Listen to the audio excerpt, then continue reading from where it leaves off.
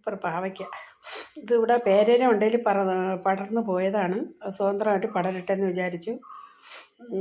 പിന്നെ എന്താണ് നല്ലത് വലിപ്പമുള്ള കായ കിട്ടി. അതിൽ തന്നെ ഞാൻ കാണാതെ കിടന്ന് പഴുത്തതും ഉണ്ട്, പച്ചയും കിട്ടി. ഇതെല്ലാം കൂടെ വച്ചിട്ട് പിന്നെ ചെറിയ പാവയ്ക്കയുണ്ട്. അപ്പോൾ ഞാൻ നട്ടെടുത്ത പച്ചമുളക്, പിന്നെ ഈ പാവയ്ക്ക, അതെല്ലാം കൂടെ കുറച്ച് കിട്ടി. ഇതെല്ലാം കൂടെ എളുപ്പത്തിലൊരു കറി ഉണ്ടാക്കാം. ഈ പഴുത്ത പാവയ്ക്ക കളയണ്ട. ഇപ്പോൾ ഇങ്ങനെ ഇത്രയും പഴുത്ത് നമുക്ക് വിത്തെടുത്ത് മാറ്റിയിട്ട് അതെല്ലാം കൂടെ വെച്ചിട്ട് ഒരു കറി ഉണ്ടാക്കാം, എളുപ്പത്തിലൊരു കറി. അപ്പോൾ ഇതാ മാറ്റി വയ്ക്കണ്ട, അതും കൂടെ ഇരിക്കട്ടെ.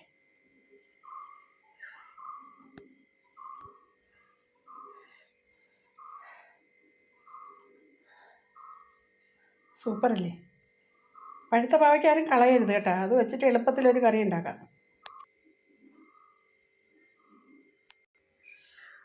പഴുത്ത പാവയ്ക്ക എല്ലാം കൂടെ അരിഞ്ഞെടുത്തു.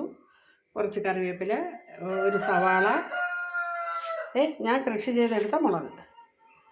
കണ്ടല്ലോ, എൻ്റെ തോട്ടത്തിലെ മുളക്.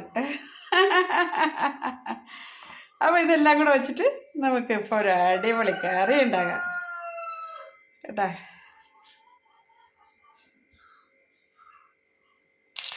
കണ്ടല്ലോ,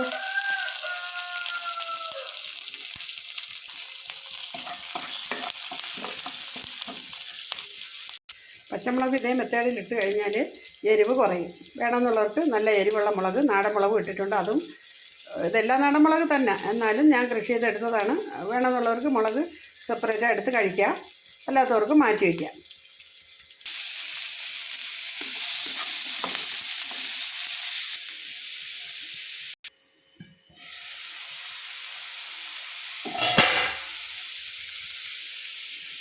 അരിഞ്ഞ് വെച്ചേക്കണം പാവയ്ക്ക അതിലോട്ടിടാം. എളുപ്പത്തിൽ ചെയ്തെടുക്കാം നമുക്ക്.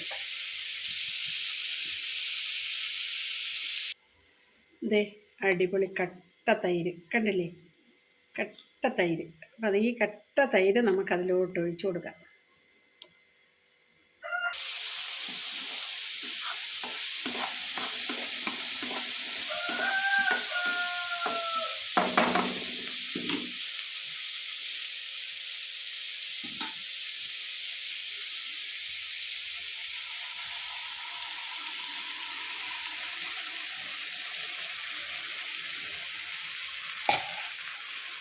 സൂപ്പറായില്ലേ?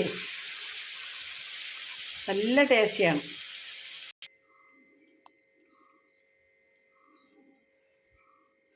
സൂപ്പറല്ലേ?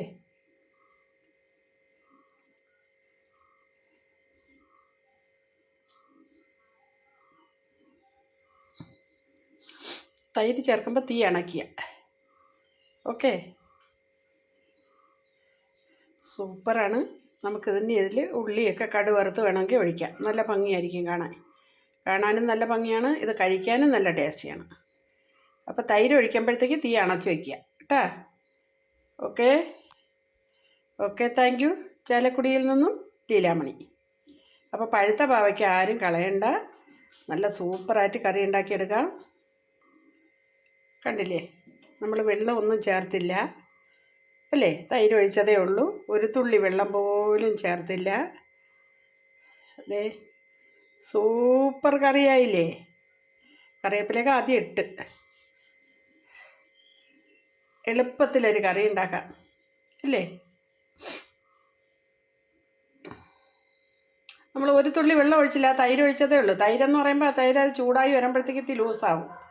അതുകൊണ്ട് എത്രത്തോളം കട്ട തൈര് എടുക്കാൻ പറ്റുമോ അത്രത്തോളം കട്ട തൈര് വേണം എടുക്കാൻ. ഓക്കെ, അപ്പോൾ പഴുത്ത പാവയ്ക്ക് ഇനി ആരും കാട്ടിക്കളയരുത്. എളുപ്പത്തിൽ നമുക്ക് നിമിഷം കൊണ്ട് ചെയ്തെടുക്കാം. എല്ലാവർക്കും ഇഷ്ടപ്പെടും. എല്ലാവരും ഇത് വെച്ച് കഴിച്ചിട്ട് അഭിപ്രായം പറയുക, അല്ലെങ്കിൽ ഇതിൽ നിന്ന് കഴിച്ചാലും മതി. ഇതുണ്ട്, എല്ലാവർക്കും കഴിക്കാനുണ്ട്. അപ്പോൾ ടേസ്റ്റ് നോക്കിക്കോളൂ. ഓക്കെ, ചാലക്കുടിയിൽ നിന്നും ലീലാമണി. ഓക്കെ.